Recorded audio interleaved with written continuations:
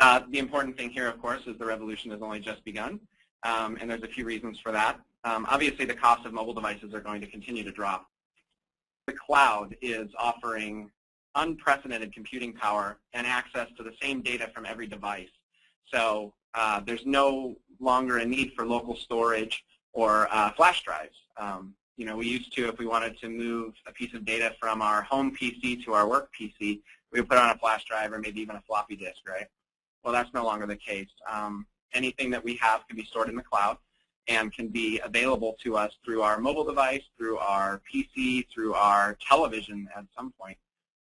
So we're going to see more and more that users will expect to seamlessly move from screen to screen. They won't want to have to, you know, use some sort of external storage device to move their information. And it's important to note when we talk about this that mobile is not a replacement technology necessarily. It's an incremental marketing access on top of the desktop access we already have. So users are still using their desktops and their laptops. These mobile devices are giving us more access to their attention span because they're bringing those into activities where they didn't have the ability to take their desktops and laptops in the past. Or HTML was last updated in 1997. And clearly a lot has changed on the internet since 1997. You have mobile devices now. Back then, the '1 browser was Netscape Navigator, and it owned a considerable share of the market. We've experienced considerable browser fragmentation since then. In 1997, we didn't have, you know, flashy animations, rich media like video, things like that. The web experience was very static and very text-based.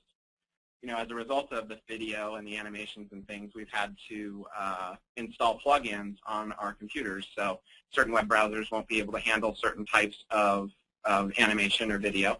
And so we install plugins like, say, Flash. So what HTML5 is attempting to do is to rectify all those situations, right?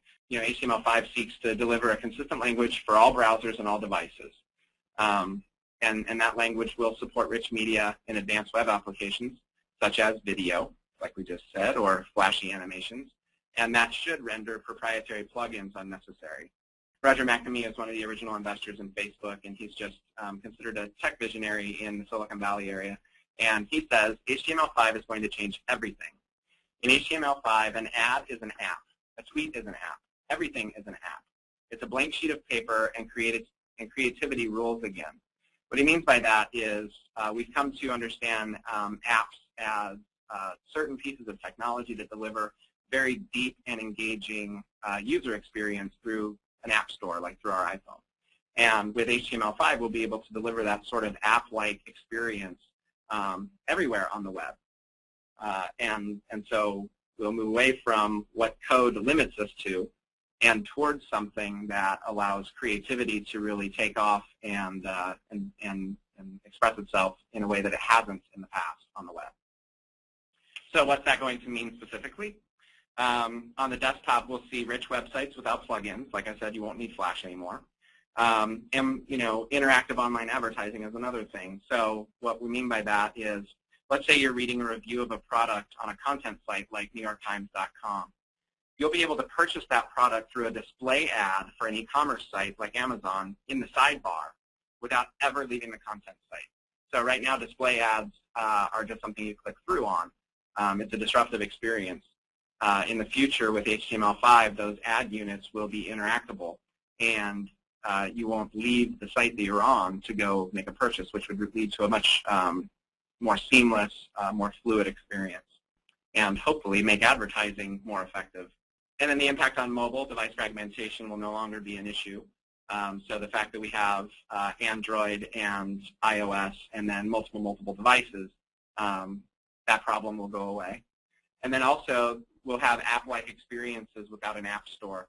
So you'll be able to deliver app-like functionality through the web browser, which means that Apple will no longer get a cut of your advanced functionality on an iPhone. You won't have to develop a native app. You'll be able to deliver that sort of functionality through the web browser.